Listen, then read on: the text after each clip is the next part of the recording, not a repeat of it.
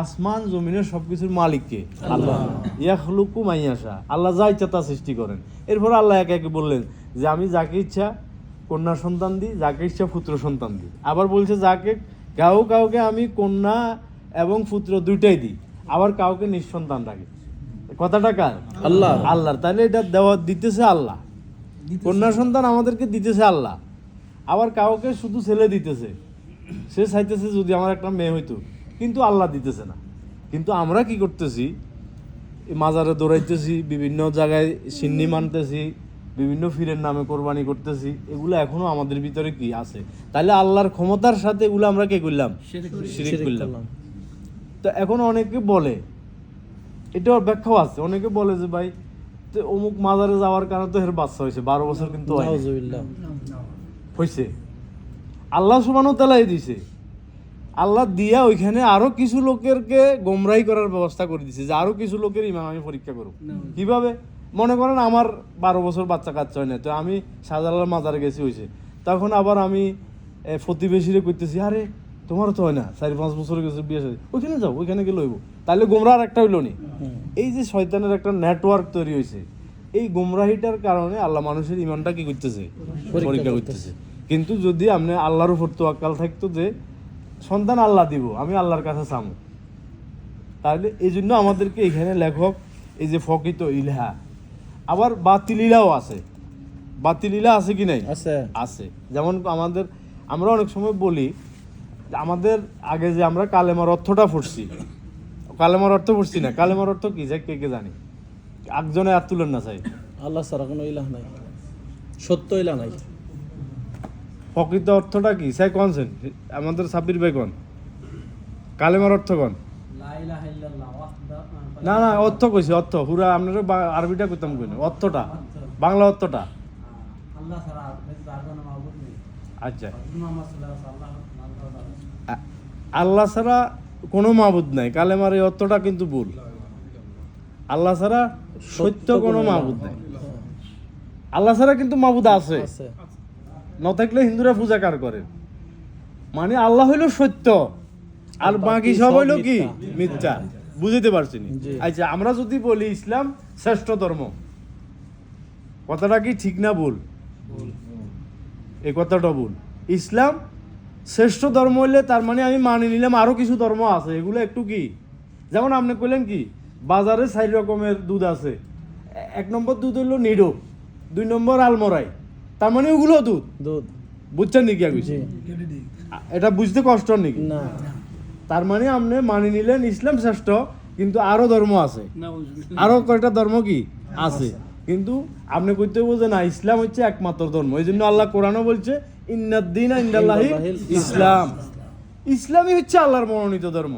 ওয়া মান ইয়াবতাগি গায়রাল ইসলাম দীনান ফালা ইউকবালা মিনহু ওয়া হুয়া ফিল আখিরাতি মিনাল খাসিরিন।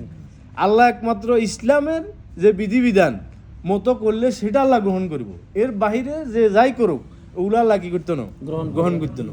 তাহলে আমাদেরকে এগুলো আস্তে আস্তে কি করতে হইব? জানতে হইব। আমাদেরকে এগুলো কি জানতে হইব। তাহলে এখানেও আরেকটা এখানে বলছে যে আল্লাহ ছাড়া মানে আইন এবং বিধানদাতা, আইন এবং বিধানদাতা কি? কেউ নাই, কেউ নাই। ইনিল হুকমু ইল্লা লিল্লাহ, মানে জমিনের বুকে হুকুম চলবো কার? আল্লাহ। আল্লাহ, জমিন আল্লাহর, আর এই জমিনে সমস্ত বিধিবিধান সমস্ত হুকুম চলবো কার? আল্লাহ। আল্লাহ। মানুষের তৈরি করা মানে নীতি নিয়ম এগুলো দিয়ে দেখেন, আপনি সূরা বাকারার 256 নম্বর আয়াতটা দেখবেন। 256 নম্বর। এখানে আল্লাহ বলছে ইমানদারদের বৈশিষ্ট্য বলছে ফামাইয়াকফুর বিত-তাগুতি ওয়া ইউমিন বিল্লাহ ফাকাদ ইসতামসাকা বিল উরওয়াতিল উসকা। এখানে বলছে যে প্রকৃত ইমানদার হইল তারা, কারা?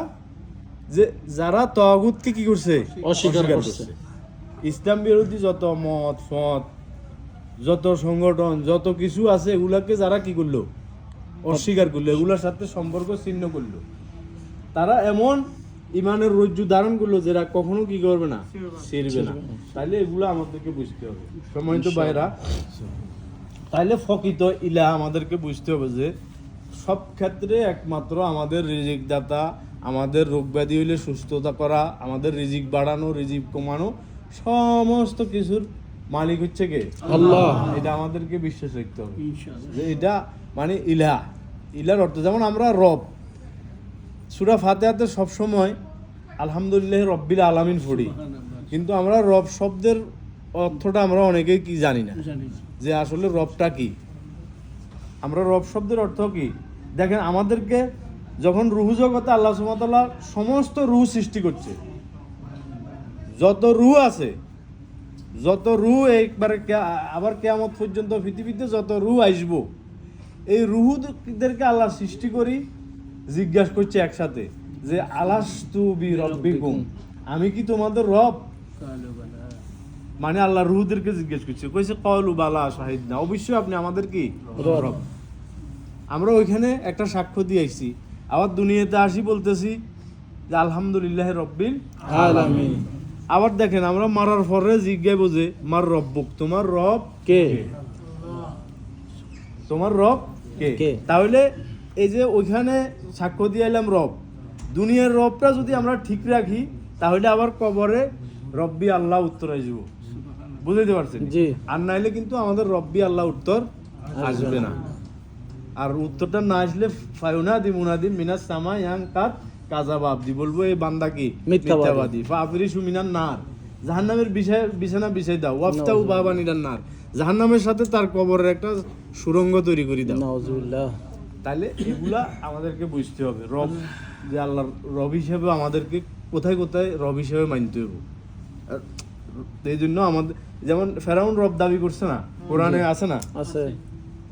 কইছে আমি সবচেয়ে বড় রব, আনা রব্বুকুমুল আলা, নাউজুবিল্লাহ। আমি বড় রব, মানে ক্ষমতা ভাই। এখনকার যারা আমাদের বিভিন্ন দেশের শাসক আছে তারা অনেক সময় নিজেদেরকে রব মনে করে, অনেকে মনে করে না, তাদের এত মানে দেখে যে সব তো আমাদের, আরে চৌকিদার আমাদের, সরকারি বাথরুম ওইখানে আমাদের লোক, ওই গ্রামে পুলিশ আমাদের লোক, মিলিটারি আমাদের, তো আমি তো রব, আমি তো হুকুম দেবো। তো কয়দিন পরে আবার কি যায়, হারায় যা। শেষ।